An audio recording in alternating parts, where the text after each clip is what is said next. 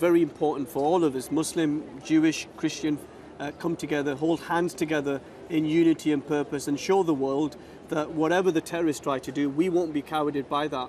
And you saw that on Monday night with the taxi drivers and the takeaway workers who were taking people. I know a taxi driver who drove somebody 45 miles to Stoke-on-Trent, all for free.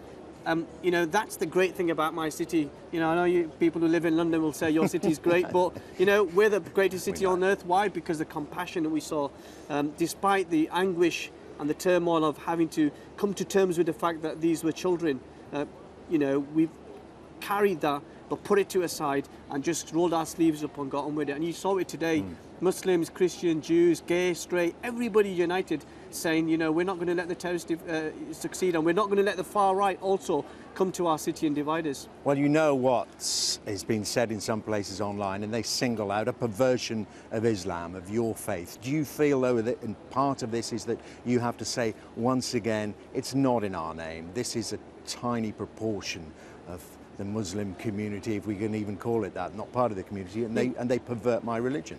No faith in this world encourages the brutal massacre of children as we saw on Monday night. No faith. And if that was what my faith was teaching, I wouldn't want to be in it either. My faith teaches compassion. They've distorted our faith, we've got to take them on. But more importantly, as a community, we're still not done enough. When we've got young people who are so disconnected from our society that the moment we talk about what's happening in Libya, in Syria, in regards to our foreign policy, we get accused of being apologists for terrorism. Let's have an honest and open debate about these issues, and above all, let's not let people divide us. Well, let's have a bit of that, open sure. and honest debate. And are you saying then that some people, particularly young Muslims, feel that Muslims are being oppressed there and they have to fight back in some way, even in the most extreme form? Yeah, so you look at what happened in Libya. We went in, we bombed Libya, and then we left. And ISIS was on the rise in Libya. The same in Afghanistan, the same in Iraq. So I'm arguing that because of our military adventures in these countries, we've allowed the terrorist narrative to take hold, we've allowed people to be brainwashed, and then we have what we saw here on Monday. There's no justification. Are you part, though, of correcting the narrative? Because also, you know, we've also got interventions by the UK and other forces, for instance, in the 90s in Bosnia, to save European Kosovo, Muslims, in Kosovo as well. But there's a positive narrative. Yeah, absolutely. And it's really about, you know, the great thing that we've seen over the last 24 hours is a coming together of people in Manchester and in this country. And we've showed the world that whatever the terrorists do, whatever the far right do, we're not going to let you divide our community, and we stand in unity.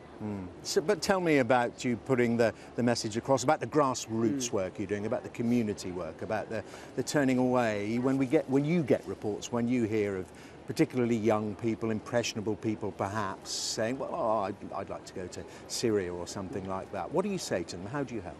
Well, first of all, I think we've got to take on the narrative.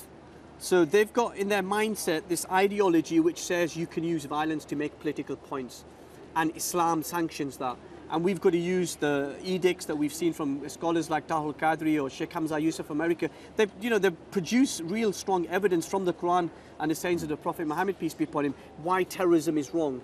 And that's what we've got to promote, do that, and grassroots, and actually give young people a voice and give them a platform. Because Dermot, no disrespect to you and Sky News, absolutely. On these channels, how often do we actually give young people a chance to speak up and talk about Well, I must issues? say on our channel we give them as much of an opportunity as we possibly can. I just want to take whatever positive we can out of tonight, what you've been talking about in terms of the vigil you organised. Where does Manchester go from here? How quickly does it pull back together?